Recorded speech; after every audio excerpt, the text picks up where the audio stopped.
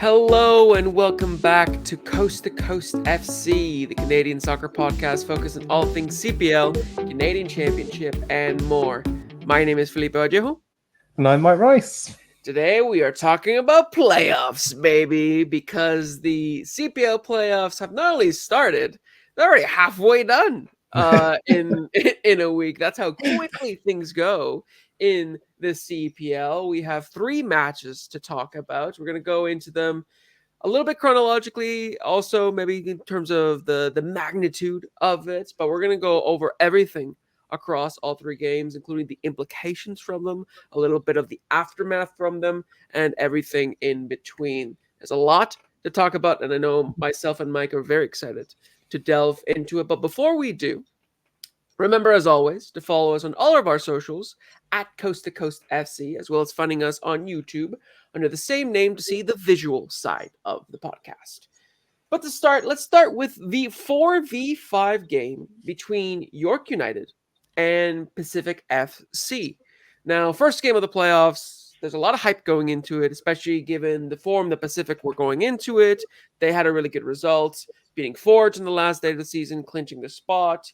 York had been maybe not in the best of form, but obviously maintained that 4th place position. So there's quite a bit of excitement going into it, especially, there was a little bit of this anticipation of if York do make it past Pacific, then there's that kind of rematch between Ottawa and York that people were flirting with after the little comments that were made from their respective head coaches. So a lot of people were hoping for the outcome. Spoilers, it did occur.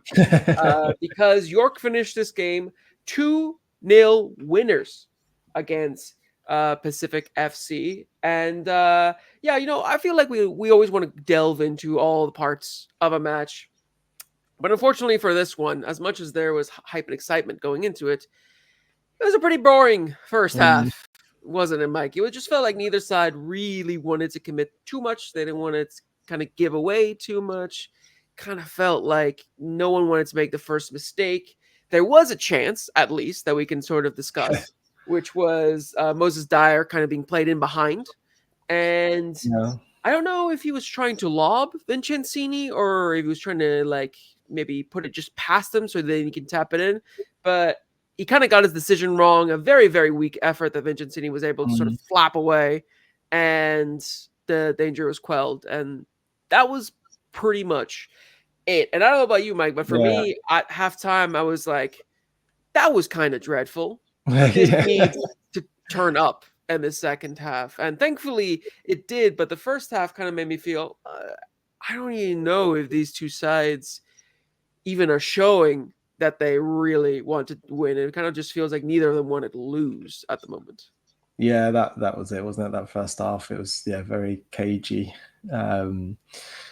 We said it like last week going into it, like, do any of these two sides look like a team that can actually upset someone going forward and be that underdog that goes and surprises you? And from that first half showing, you're like, yeah, no, these two teams aren't going too far in this if they continue playing like they do in the first half. Like you say, I mean, you weren't sure what Moses Dyer was trying there. I don't think he was. That was the issue as well. Like, it was very there just wasn't much conviction. There wasn't like, let's go and try and stamp our authority in this game. It was just let's feel it out and see what happens. But when both teams do that as a neutral, it's not particularly engaging, is it? When you get excited about a knockout round, then neither team goes for it. That first 45 was hard. Yeah, it was. And you're exactly right. They were like, obviously, fans of both sides will be probably okay with the fact that it kind of went 0-0. Obviously, probably would have wanted their team to do a little bit more. But thankfully, we didn't have to wait too long in the second half for a little bit more to happen. I think it was 3 minutes into the second half. I think it was 48th minutes. We got the first goal, and it was courtesy of Oswaldo Leon, the Mexican Lion, the center back from York United. I want to talk about the defending from this goal first, because while the cross from Cordova was fantastic and the header from Oswaldo Leon, that was shambolic defending Yeah. from Pacific FC. There was about, I counted 3 times that they could have cleared the ball. And there was one, I forget, it was like Dyer and was another player, I forget who it was, that both went for it. They saw the other go for it, so they just stopped and let the ball bounce. And that's what allowed it to kind of bounce towards Cordova, who then hit that first time cross and Leon to hit.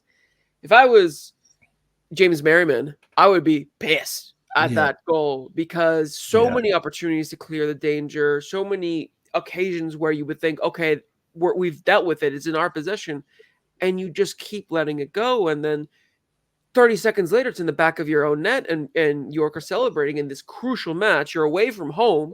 You've done so much work to get to this position, and you're completely unraveled by just a completely mindless mistake. Yeah, it was just nervous, naive, indecisive defending. Like coming out in the second half, you've got to, especially when that first half was as it was, you can't then just get worse. You need to at least keep the status quo and start to build as the second half goes, not drop off. And the defending was poor. I think Sean Melvin will be disappointed with not keeping it out as well, because it was a good header, but he was across that side. He was across the goal. It wasn't like he was reaching and stretching. Like he was relatively well positioned for when the cross came in, for when that header comes in from it. So I think partly he'll be a little bit annoyed, but I think he'll be have much more to say about these defenders in front of him than himself. But it was just awful all round for Pacific there. Like, I would say that first half was bad, but I thought they were the one side that maybe would have taken a little bit apart from it. Like, okay, right, we're in it. We've created the better chances. Like, things haven't been going great, but we can kick on from this. Whereas, it just went the opposite way. Yeah, they went completely the opposite way, and it put Pacific in a really tough position. And credit to York, because the way that they went about the rest of the game was very, very intelligent. It wasn't the prettiest, but it was very, very intelligent, where they kind of leaned into, I guess, their newfound Mexican culture in the team, and were very physical. They were trying to prompt Pacific players to get into little scuffles.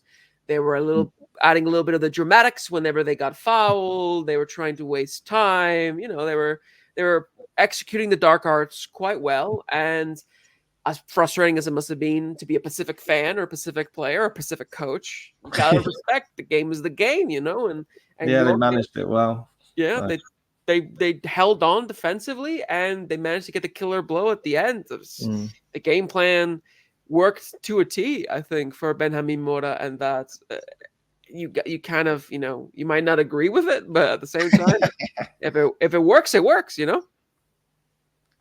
There's I don't like Benjamin Mora's decision on what to wear with those gloves. Like, when that's all going on, they're managing that second half really well, and then as things are going on, you may get frustrated as a Pacific player on the pitch, and then you turn and look across that, and like, that guy's going to kill me. Like, he came upset, ready to intimidate as well, and it's just all round. Like, they made it really difficult. Pacific. They've had a little bit of a purple patch, should we say? Like, they scored some goals like for a little while, and they were looking quite decent, but this went back to just unfortunately, like, it wasn't their worst performance in front of goal, but it just they just didn't look like they had the confidence to know, like, and that they could break York down fully and get back into this game. It did look like something they were desperately chasing rather than felt they could do it. Yeah, and that's how it kind of unraveled the second half. You could see Pacific were trying, but anytime they start to get some rhythm, anytime they start to get some momentum, York United found some way to kill it off. And then I think Pacific started to get desperate. They started to get a little bit sloppy at the back, and there's where Mo Babuli was able to break through the lines and have a very nice, well-composed finish to make it 2-0 right at the end with only like a couple of minutes remaining, and just seal the deal for York. A deserved victory. I think that Pacific can be I was just disappointed in the manner that it happened, but I don't think Mm. there'd be any complaints that, yeah, York probably should have won on the day. I did like the little exchange that Ben Hamimura explained afterwards that he texted with, I think it was one of the owners or somebody like higher up that texted him, "Don't worry, tomorrow you win 2-0." And that's Yeah. exactly what happened. I was like, that man does lotto ticket numbers because he can tell the future. Um, but yeah, it was not the most exciting game in playoff history, but it kind of did lead into one of the most exciting games in playoff history, and that was the game between York, who had won this match and earned the right to go face third place Atletico Ottawa on the weekend at their home in the capital, and they put on a bit of a show. The both sides. You could sort of see that maybe again a little bit of the nerves kind of played into it a little bit in the opening moments of the game, but it quickly settled in, and there was already controversy happening throughout the match. And so, yeah, let's move on to that one between Mm. Ottawa and York. That one finished 2-2 between Ottawa and York, and it went to penalties. I believe it's the first time Yeah. that a game goes to extra time and then penalties to be decided in CPL playoff history. So a little bit of history there for you.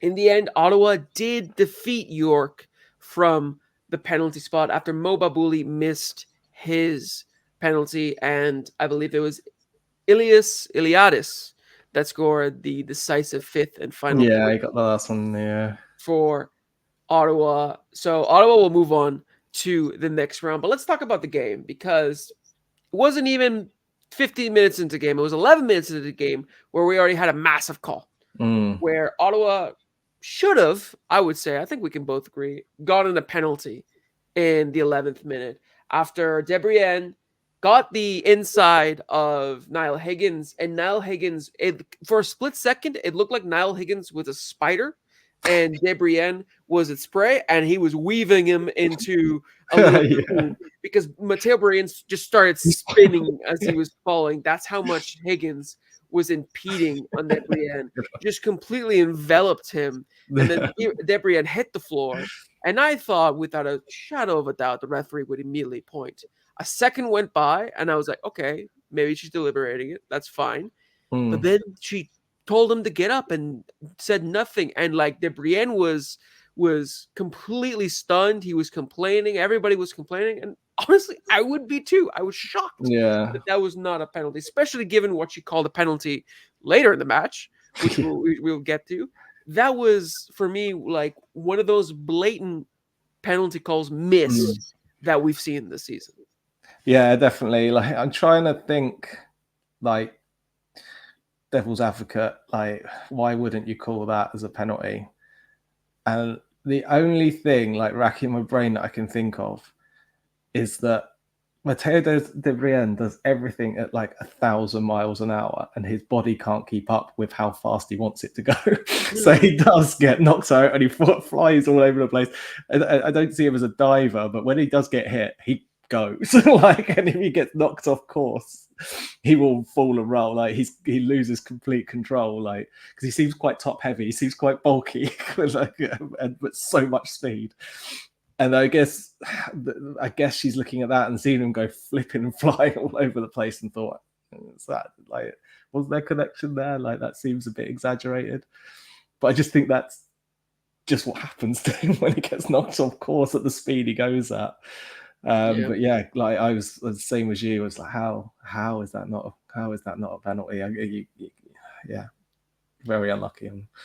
Yeah, and I feel like, and this is a personal kind of qualm that I have with refereeing in general, where it's like there are certain occasions where it looks like such a penalty that if you're not going to call it a penalty, I kind of feel like then you have to give the player a yellow card for simulation, because that for me is the only possible explanation for why you're not calling it a penalty. There are 50-50s obviously in penalties where you could say, yeah, no, that one, like, I can't call it, that's too soft or whatever. But when they're so kind of like blatantly like there's something that happened there, If it isn't a blatant penalty, then for me, it should be called as a blatant dive and be given the yellow card. But the fact that she didn't card Debrienne, which obviously I think Debrienne is happy that she didn't, but the fact that she didn't card Debrienne also kind of said to me, I don't even know if she's 100% sure that was a dive.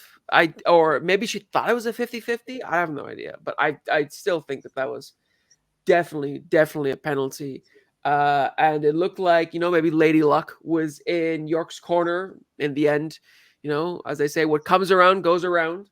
And a little bit of karma settled between York United and Ottawa later in the penalty shootouts. But we did get a goal. Compared to the last game, relatively early on between the sides. We saw what was it? It was Ollie Bassett from the corner kick. It's been so long since I've said his name and he's been involved in something that I completely forgot that it was him. But he took a corner. Actually, it might have been around the same time as the last game. It might have been just around. For some reason, I thought it was at the end of the first half, but I think it was actually at the beginning of the second half where he struck the corner around the same time that Leon scored in the previous game. But we saw another Olympico because why not? It's the CPL. It's the CPL playoffs. Olimpicos are part and parcel of this league, apparently. And this time it was a near post Olympico. Don't really know what was going on with set piece defending there from York United. It kind of felt like there were players there and then they moved and it's like the gates opened. And I don't even think Vincenzini was aware that so much space opened up in front of him. I thought he felt like he had players at the near post that were covering it that maybe got moved or got drawn to the ball or whatever. But it kind of felt like he was surprised that the ball had so much space to go towards that near post and not being dealt with. I've seen people kind of blame Vincenzini for that goal, but I kind of feel like it's on who is marking the near post or is in and around the near post that should deal with that. The goalkeeper has other things to worry about at that point. But it was an odd goal. Well executed by Ollie Bassett. Fantastically delivered. But there was just something odd about how that was defended that made me feel like that shouldn't have happened. No, I mean, it's starting to feel like some players have got Olympico vouchers that they get to use. You've got this many in your career, use them wisely. Go. So Tristan Borges is like, yeah, I'm taking them now. Yeah, he has a whole stockpile at home. But yeah, it was, it's poor. Like when Olympico goes in the front post as well, like that's just a lot worse. Like we had last year's final where where you've got Carducci struggling to get onto like dead balls and shots that are going to the back post, and he's just misjudged his positioning a little bit. And we've seen a couple of those throughout this season. And Iliadis he scored and hit the post twice or something in one game. You see, but it's always going for that far post. But when he sneaks it in the near post, there should be. You've usually got a man at the front ready to be the first man if it doesn't beat you. This didn't have the height to beat that first man. Like where they were, I don't know. They would have been. Vincenzini, I think, would have been furious unless he's the one that was organising them. Maybe. True. Yeah. Usually it is the goalkeeper that was organising. Maybe don't worry about that. He's not used his token. Don't worry. Yeah, exactly. But yeah, an odd goal. But at least we got the goal. Beginning of the second half, not at the end of the first half, like initially thought. And it felt like it was ready to open the game up, and in a sense it did. It felt like from there Ottawa were able to sort of go and kick on and be able to create more chances, which they did. But again, the same thing that has been troubling them for a lot of this season, especially in the second half of the season, is that they get opportunities, they don't put them away, they kind of put this pressure on themselves, and they then leak goals and potentially throw away results. It's been a pattern from Carlos Gonzalez and his team for the last few months, if not more. And once again, it almost cost them in the playoffs here because they had so many chances to score in this one. Tabla had a couple of chances. I think it was Del Campo had a chance as well, and Vincenzini, to be fair, made some great saves to deny them. But it just kind of felt like there should have been more. I mean, Amir Didic had an absolute sitter in extra time. I was just thinking that. Like, I was trying to picture when that was. Like, Yeah, I know that it was the an second extra half or time. So something. I'm sure Yeah, we'll talk about it when we get to extra time. But that would just, for me, it was like, that is part and parcel of the issues that they have. yeah, Glorious opportunities to score. smashes They it off the just bar. can't put the ball into the back of the net. Yeah, And whenever that happens, whenever you see teams miss chances, it almost eggs on the opposition to be like, okay, we're getting lucky. Let's exactly. make use of it. And you started to see York sort of start to grow more and more into the game until we had one of the greatest moments, I think, in CPL playoff history with the equalizer in added time, already past the 90th minute. We have 16-year-old Shola Jimo send York United to extra time with a wonder goal. This isn't even like some scrappy, it's in the middle, it's bouncing around, it's ping pong, and somebody gets a poke on it, goes in. No, it does fall to him after, I think, a block or a deflection, but he does a wonderful volley to sweep it into the top corner. Yeah. Nate Ingham can only look at it. That's how great of a shot it is. Yeah. And then you see the celebrations. Everyone's embracing him. Everyone's jumping on. A couple of them are shushing the crowd, or shushing the bench. It's just pandemonium there. And it's one of those moments that, like, as a neutral, you can't help but just feel just overwhelmed with emotion as well, because it's the moment. It's not just the moment and the magnitude of the goal, but it's who it's from too. It's this wonder kid of Shola Jimo. It's another example of why this league is so great for helping grow and cultivate young Canadian talent, because you get the ability to see 16-year-olds have clutch goals, clutch wonder goals at that level every, not every year, but there's always that opportunity every year to see these young players kind of rise to the occasion and deliver these moments. So I was super happy for Shola Jimo when that goal went in. And I thought, oh, this game just got a hell of a lot more interesting. Yeah, I couldn't believe it. Like, at 94th minute, like, just like, you just sit there watching Ottawa for like basically 45 minutes, just like just score a second goal, just do it, like, just do it, like, go, like, see out the game and all will be fine, because and it was, that they're going to give up a couple of chances throughout the game. Their defense isn't as solid as other teams, and just to get that, and it's so nice, like you say, with Shola Jimo, like, as like neutrals, when you see something exciting and an exciting talent come into the league, it's great for, like, if you're not a fan of either of these two teams, you can still watch that and be excited by what he does. And it was great that you get to see him scoring different types of goals as well. There's like, he's not just a ball over the top and you can't catch him. Like, he reacted really quickly for that and took that chance and was clinical and decisive and took it in the playoffs. A 16-year-old boy, like, this is big, like, away to a rival, like, it's great. Yeah, like you say, it's just great to see.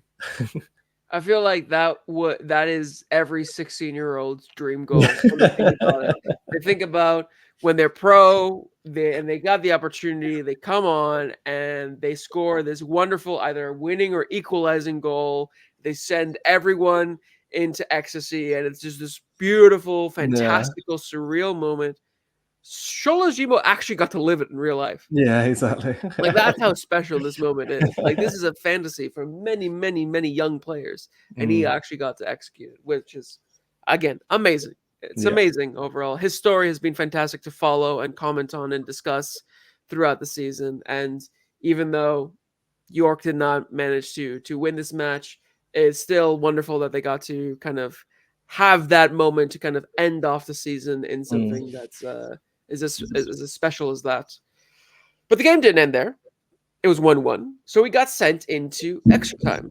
And hopefully, if you were watching, you got back in your seats in time. You weren't, lounging around your microwave waiting for the popcorn to pop, because we got immediate action inside 20 seconds of extra time, in which a penalty was called. And I want to talk about this because for me, this was way less of a penalty than what had originally been called a penalty. It just felt like the man comes across, I forget who it was. I think, was it Didic that got, no, it was Salter. It was Salter that got taken down. And I forget who the York defender was. I think it was Higgins, wasn't it? Higgins? Oh, okay. Well, he got it again, I guess. Oh, no, it's Adekugbe. It was Elijah Adekugbe? Okay. So Yeah. Elijah Adekugbe. And Salter gets, Adekugbe gets a bit in front of him, and, there's a minimal amount of contact, and Salter just falls.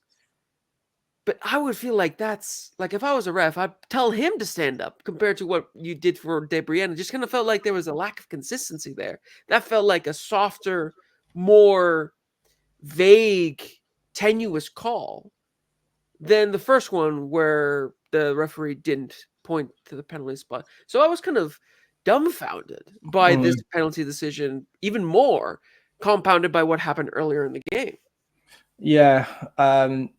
Just watching it back, and I think the biggest issue Adekugbe has is that where his body's positioned.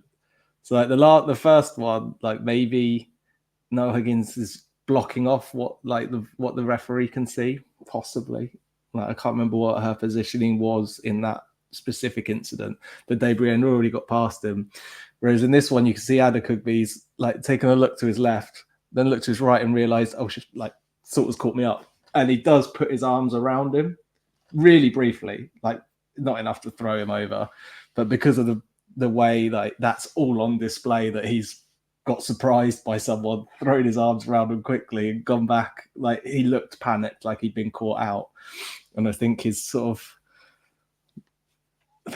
his lack of composure and he's not a centre back. Let's give him a break. But the fact that he got caught out on that, I think, highlighted everything a bit more. So it made it look worse than it actually was potentially to the ref.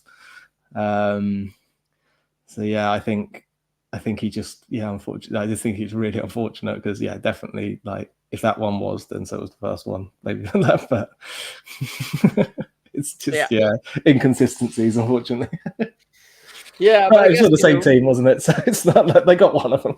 Yeah, I was gonna say, in the end, it doesn't really matter. They got justice in the end with it kind of evened itself out. Between the two, there's a penalty call, and they got a penalty call. So in the end, it all evened out. Man, it was Ruben Del Campo. A very composed finish. Made sure, didn't they? Yeah. He made sure. Made sure that net was really tight down. We saw a couple. We'll talk about the penalties afterwards, but there was a couple of penalties where they're like, Jesus, thank God there was a net in that goal, or else there might be a couple supporters out there without heads. Yeah, that's how vicious it was. But yeah, so Ottawa led 2-1. But again, credit to York because they did not ever let themselves kind of get down and be in the dumps. And this is one of the biggest things with York is that the mentality has improved so much under Benjamin Mora compared to what it was under Martin Nash. You look at maybe some other teams that didn't make the playoffs, like Valor or Vancouver, even Halifax for a little while, and you see it's when they start to lose, it's kind of hard to see them and back them to kind of come back. There's some times where it just feels like, especially against Vancouver, I see them more. They just kind of mentally get checked out. It's very hard for them to recover. York don't have that anymore. And you could see that in the way they played. You could see that with the Gimo equalizer that just threw everything forward. They believed and they believed and they believed. And even after the setback, conceding a penalty inside a minute, 2 minutes. It was 10 seconds. Well, yeah, conceding the actual penalty call in 10 seconds and then scoring and everything within a minute or two. That could take a huge toll on the psyche. But York did really well. And even though, Ottawa kind of got kicked on by that. They got motivated by that. They started pressing more. York did really well, took advantage of a lucky bounce as in the midfield as it kind of bounced around a couple chests and before it fell to Juan Cordova. But in the end, Cordova put it wide. I forget who was the wide player that crossed it in to Babuli, but it was a great cross, nevertheless. And Babuli, with his experience and with his resume of goals in those positions. Shimo, wasn't it? Oh, was it Sholashimo? Yeah, I think so. Oh, wow. Then goal and an assist. Wow, what a player. That's amazing. But yeah, with Mo Babuli to have the kind of the repertoire that he has as an experienced striker in this league, you would always back him to score there. Yeah. And it was a very, very well taken header, just perfectly placed into the ground, into the side netting. And just like that, within 4 minutes of extra time, we got 2 goals. And it could have gone either way. It could have gone either way. It should have probably gone to Ottawa's way because we had that massive Amir Didich chance that he basically all alone at the back post. He controls it down, and he also tried to make sure of it by smashing it towards net, just with all the power that he could muster.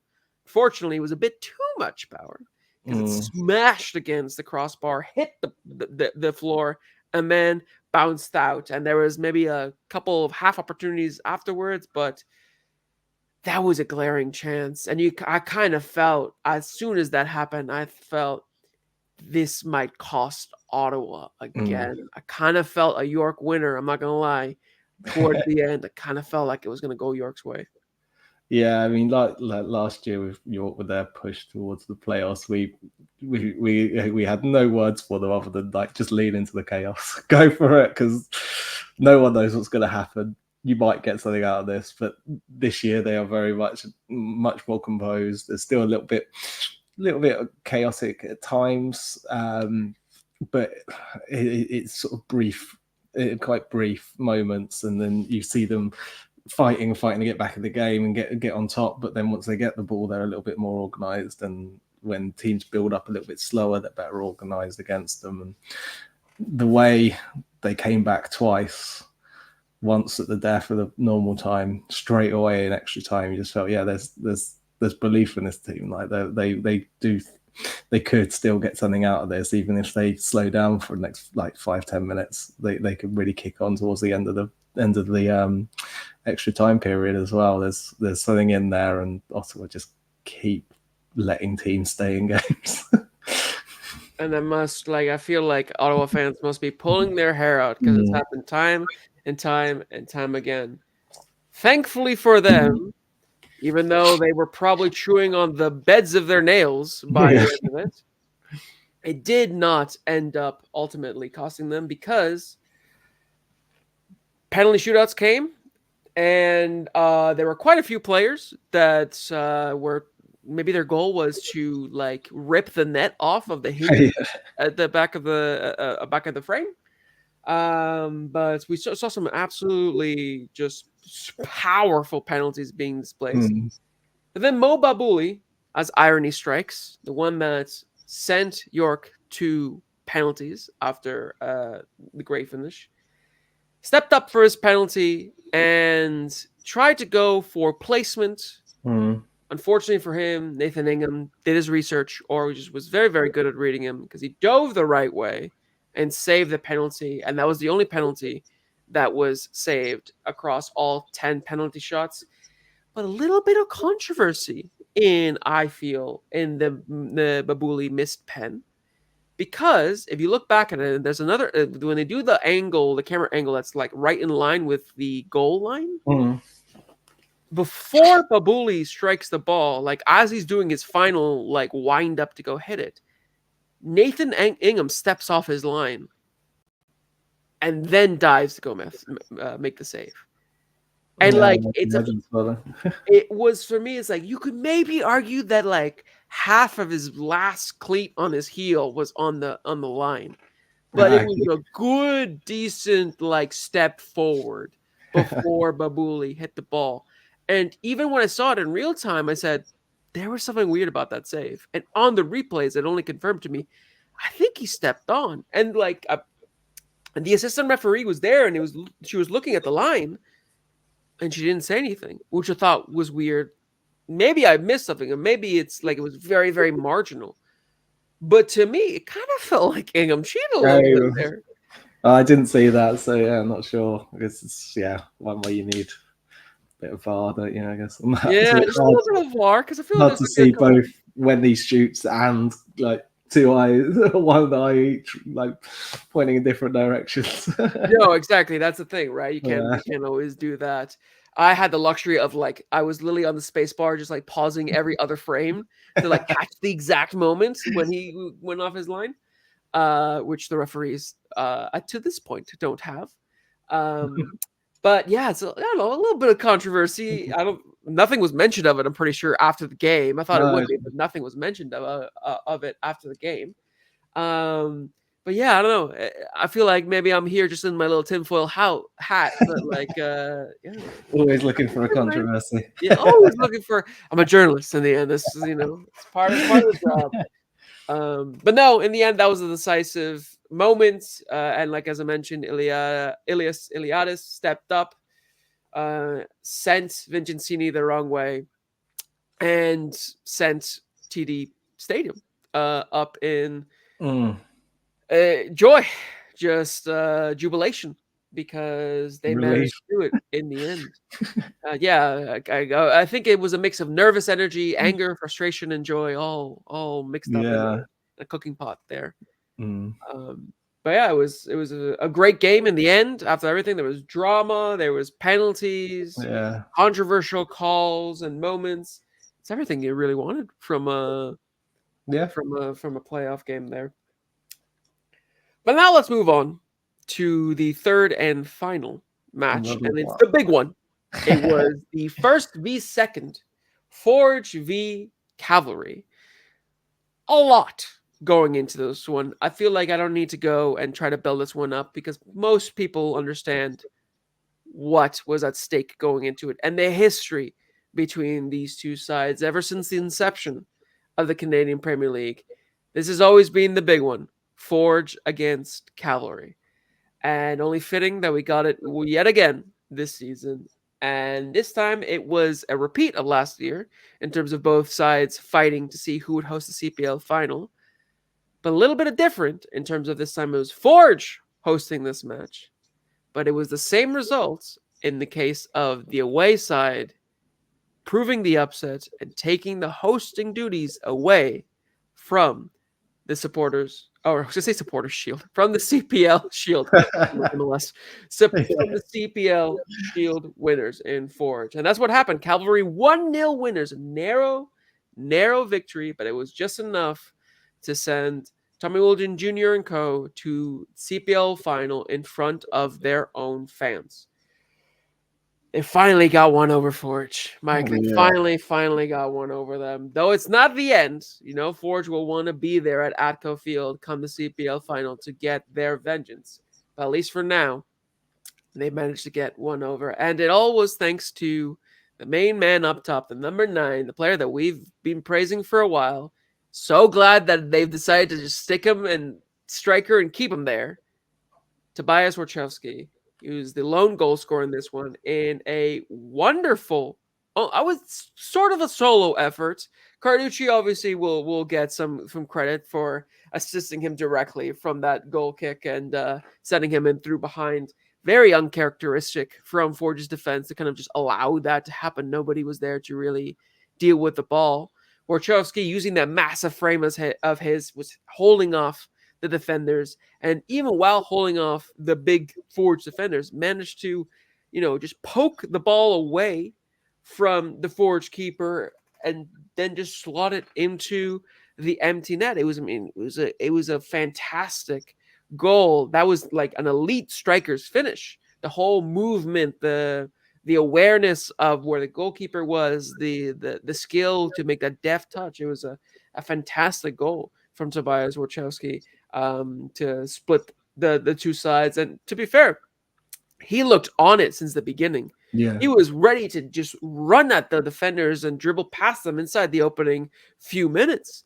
And he never really Mm. stopped, and it felt like he was always going to be that handful. And so I guess it's no real surprise that he was the one in the end that got the winning goal. Yeah, no, he was out there making a point, wasn't he? That I'm bigger and stronger and quicker than you. Like just going after the defenders and just trying to shrug them off and get things going and just get them worried from the start. And I think they really were. Like he was excellent throughout. Like all areas of his game. We were raving about him before this one, saying like, is he gonna be the one to prove the difference? And he really was. Like it was loads of credit to Carducci, like, and the way they were set up, seeing that high line from Forge and just taking full advantage of it. And it was pretty poor defending. Really, I think they were. It's very but I think that came from when Wachowski's made it really difficult for them from the start, and they were worried about how they were going to deal with him, and Matusla especially in that moment, as the ball's bouncing and it's got over them. He just wasn't sure what to do, and I think he was, wasn't sure how to deal with him. And when you've got someone like that, and they can take it back to Atco Field for the final, that's going to put them in a really confident place. Yeah, it was a performance that I know Tommy Wilden Jr. was very, very proud of overall. And it could have been more than 1-0 because Cal Montgomery, who, by the way, I know everyone will talk about Warshawski, and deservedly so because of his goal and his performance, but Cal Montgomery was on top of his game in this one as well. Like defensively was just everywhere to deal with everything that Forge threw at Cavalry. I think he had 12 clearances all by himself throughout the 90 minutes. And he almost had a goal as well to show from it, as he rose the highest towards the back post and headed a beautiful shot towards what looked like to be the top left corner. It looked destined to go in. And then out of nowhere, Hojabrpour jumps backwards, manages to get high enough to be level with the ball, and manages to knot it and head it off the line. Supreme goal line clearance from Alessandro Hojabrpour. But you gotta feel like Montgomery is like, come on, man. That was great. Like that should be a goal. That should be my goal. I should be wheeling away and celebrating.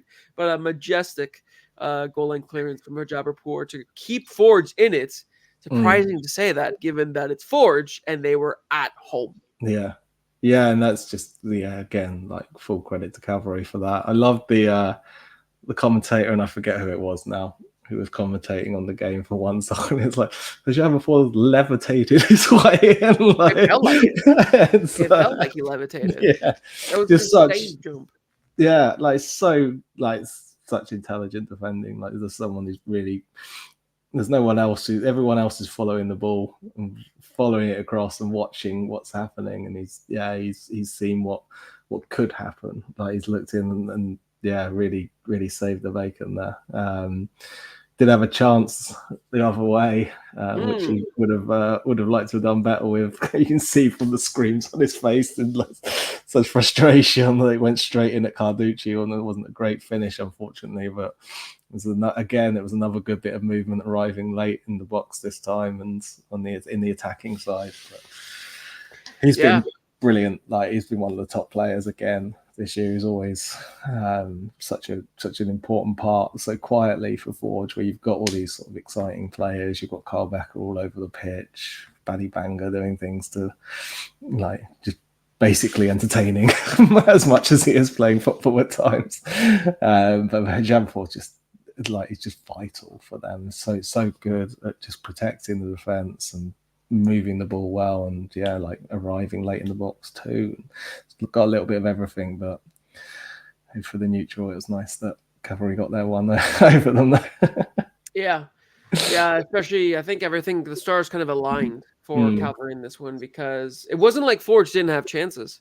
They had two or three massive chances in the first half. Hojabrpour had one. Nanam Poma had one, I think, as well, who was starting striker, weirdly, in this one.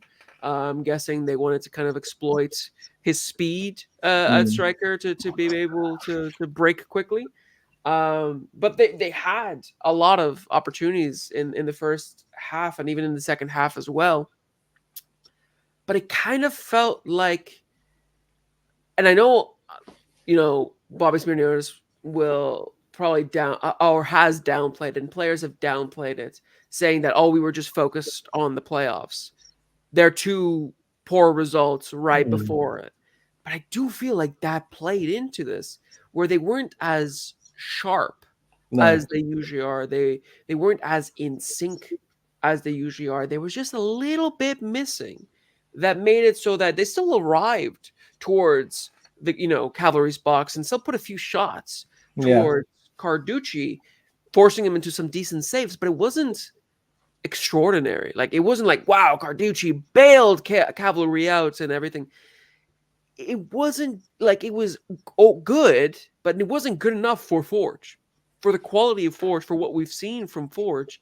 It all felt like they weren't at the races in the same way as they might have been had this game happened 3 weeks ago when they still hadn't clinched the regular season title. I feel like the lack of sharpness in the last two matches bled into this one. And even though they had, I think, like 10 shots and 61% possession, still felt like had they done better to finish the season, they probably would have gone one, if not two, against Cavalry. And it could have been a completely different story. I mean, credit to Cavalry, though. They had 20 tackles completed out of 24, and they made 32 clearances in the 90 minutes. Especially in that second half, they were so resolute defensively, and they every time the Forge had an inch, they did their best to smother anything out. But it still felt like Forge could have and arguably should have done better.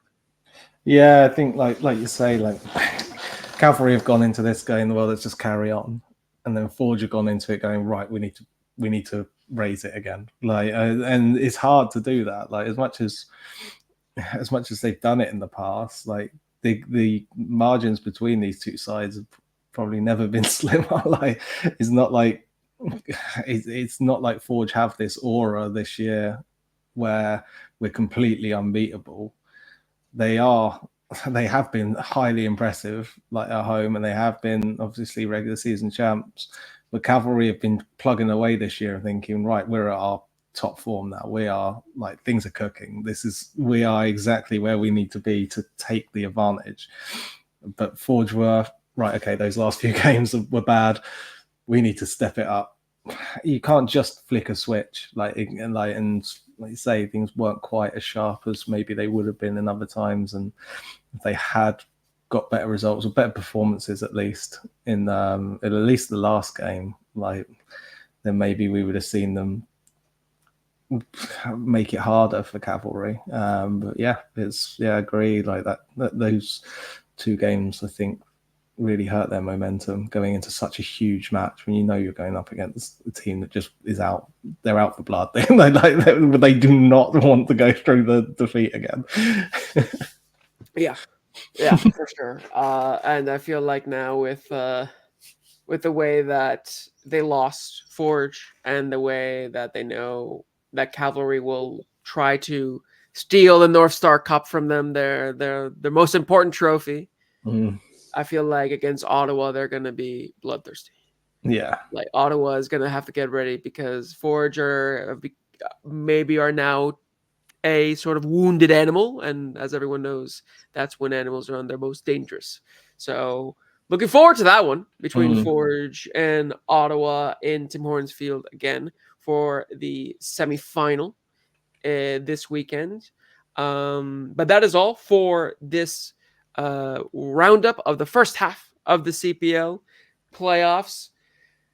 There may be some news that we add to the next episode. There may be some rumors, some ideas swirling of a potential coast to coast presence at the CPL final, but we're still looking into the details. We're still looking at the realisticness of it. But hey, just keep your eyes peeled and your ears open. There might be some more interesting news coming out from coast to coast. as we get closer to that fateful day that is the CPL final on November 9th. But that's all for this week. Thank you so much for listening to this week's podcast episode. Make sure to follow us once again on all of our socials at Coast to Coast FC and let us know what you thought about this playoff sort of scenarios that we've kind of found ourselves into in our comments or in our replies. And yeah, love to see what you guys think about Forge's loss, Cavalry's win and hosting. Do you think Ottawa have a chance? All of this and more we would love to discuss with you. But until next time, I'm Felipe Vallejo. And I'm Mike Rice. And this has been Coast to Coast FC, signing out.